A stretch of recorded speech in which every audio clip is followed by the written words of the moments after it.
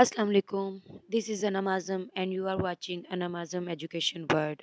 हमने अपने previous lessons में नाउन, प्रोनाउन, एडजेक्टिव, वर्ब और एडवर्ब ये सारे टॉपिक्स को अच्छे से डिफाइन कर दिया है, जिनके लिंक्स आपको नीचे डिस्क्रिप्शन में मिल जाएंगे। और आज के लेसन में हम प्रोपोजिशन और उसकी ऑल काइंड्स को डिफाइन करने वाले हैं। So now let's get started. What is the proposition now?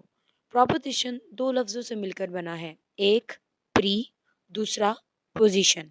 Pre का मीनिंग है बिफोर और पोजीशन का मतलब है placement. Now look it's definition.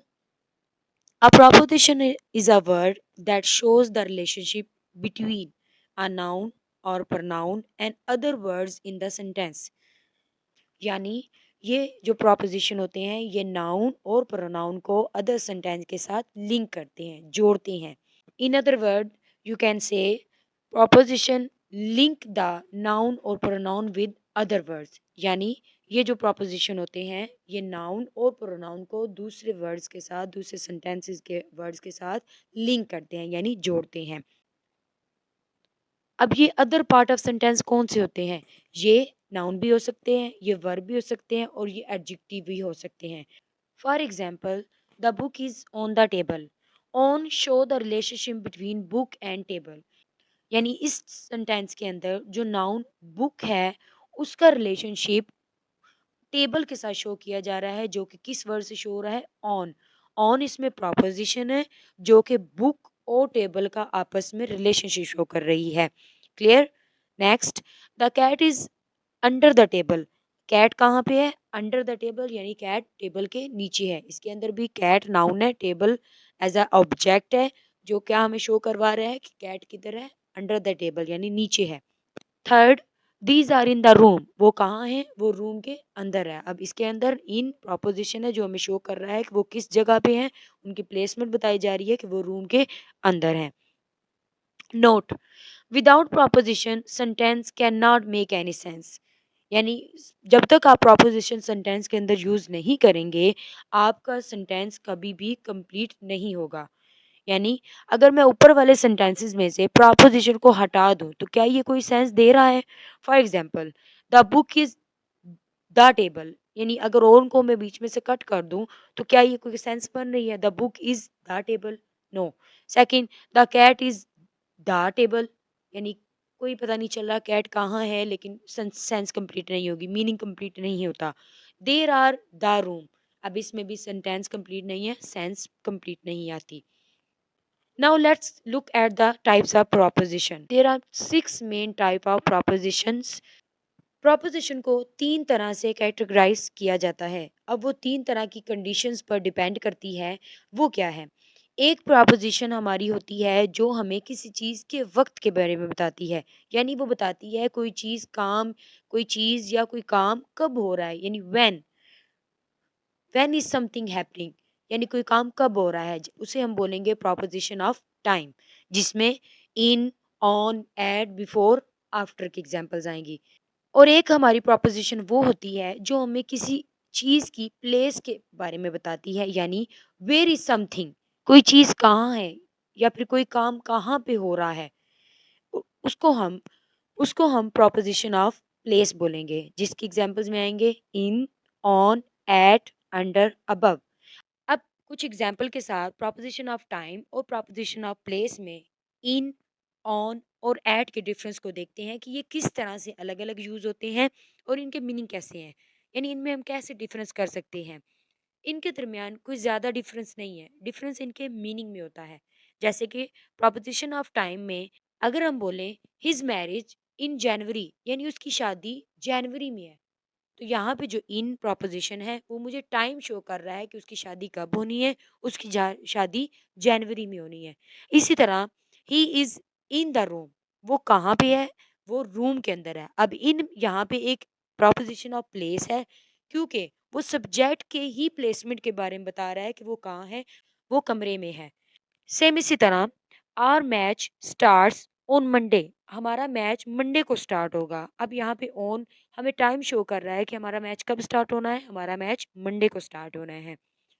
Next, book are on the table. अब यहाँ पे जो ऑन है वो मुझे बुक्स की पोजीशन शो कर रहा है, कि वो प्लेसमेंट बता रहा है कि वो कहाँ है, वो टेबल के ऊपर पड़ी हुई है। तो सिर्फ इनके मीनिंग में डिफरेंस होता है जब हम इनको यूज करेंगे।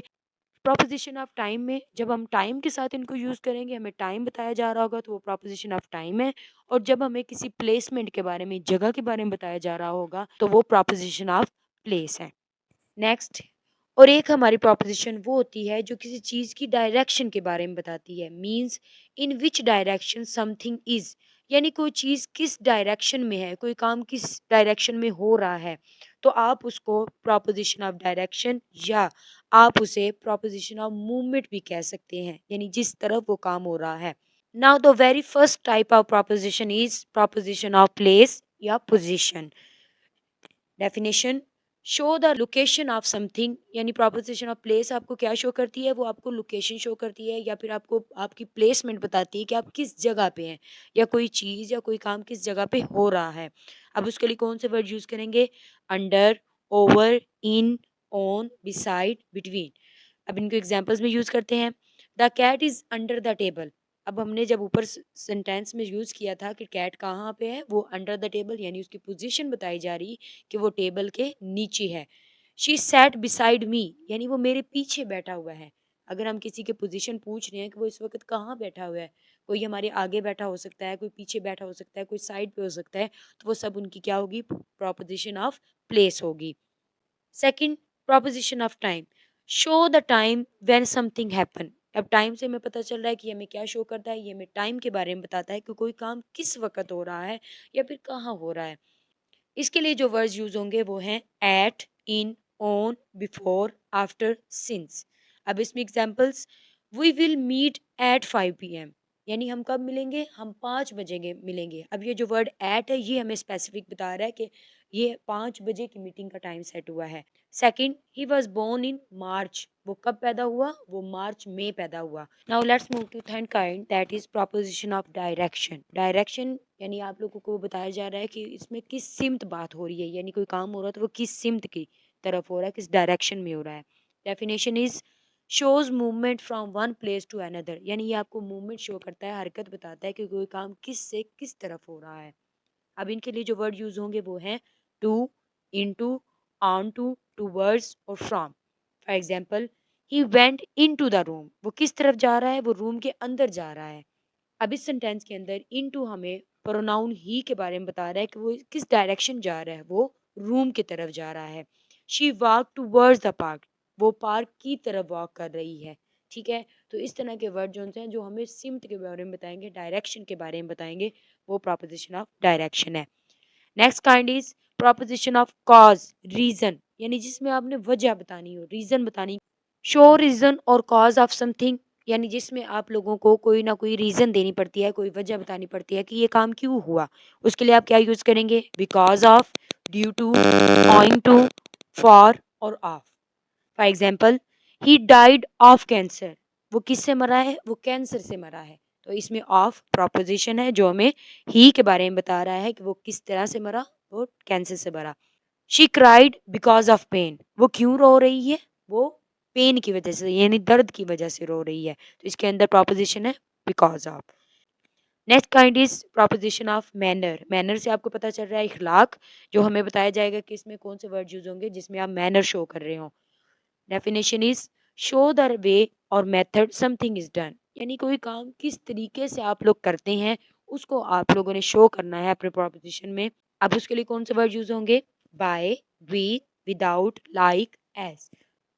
For example, he spoke with confidence, वो किस तरह बोल रहा है? वो कॉन्फिडेंस के साथ, हौसले के साथ बोल रहा है। तो इसमें विद मुझे प्रोनाउन ही के मैनर्स के बारे में बता रहा है कि उसमें क्या है, वो कॉन्फिडेंस बहुत ज्यादा, तो वो उससे बोल रहा है। Second, she solve the problem by using logic, यानी उसने किस तरह से ये प्रॉब्लम सॉल्व कर दी? उसने लॉजिक यूज करते हुए पूरी की पूरी प्रॉब्लम सॉल्व कर दी। तो बाय इसके अंदर प्रोपोजिशन है। Next kind is compound proposition. Compound हम ऑलरेडी जानते हैं, कंपाउंड यानी दो या दो से ज्यादा वर्ड्स को जब हम मिला के लिखते हैं तो उसको कंपाउंड बोलते हैं। तो compound preposition is these are prepositions made of two or more word, यानी दो या दो से ज्यादा मिली हुई जो वर्ड्स होंगे, जो प्रोपोजिशन मिला के बनाए जाएंगे, उनको कंपाउंड प्रोपोजिशन कहते हैं। जैसे कि according to, in front of, because of, out of, due to. For example, according to, the play was perform according to the script, यानी जो प्ले यानी जो ड्रामा किया गया है वो किसके मुताबिक किया गया है, वो स्क्रिप्ट के मुताबिक हुआ है। Second, because of the game was cancelled because of the rain, यानी कोई गेम हो रही है, कोई क्रिकेट मैच हो रहा हो तो वो क्यों कैंसिल किया गया, बारिश की वजह से वो कैंसिल किया गया। That's all for today. Hopefully आप लोगों को लेक्चर्स समझ आ रहे होंगे और आप लोगों को इससे कोई ना कोई बेनिफिट हो रहा होगा। अगर आपको लगता है कि आपके लिए यूजफुल है तो काइंडली इसको लाइक और शेयर ज़रूर कीजिएगा। और अगर आप किसी टॉपिक पे वीडियो चाहते हैं तो मेरे कमेंट बॉक्स पे ज़रूर बताइएगा। तब तक के लिए अल्लाह हाफिज़। सी यू इन नेक्स्ट लेसन।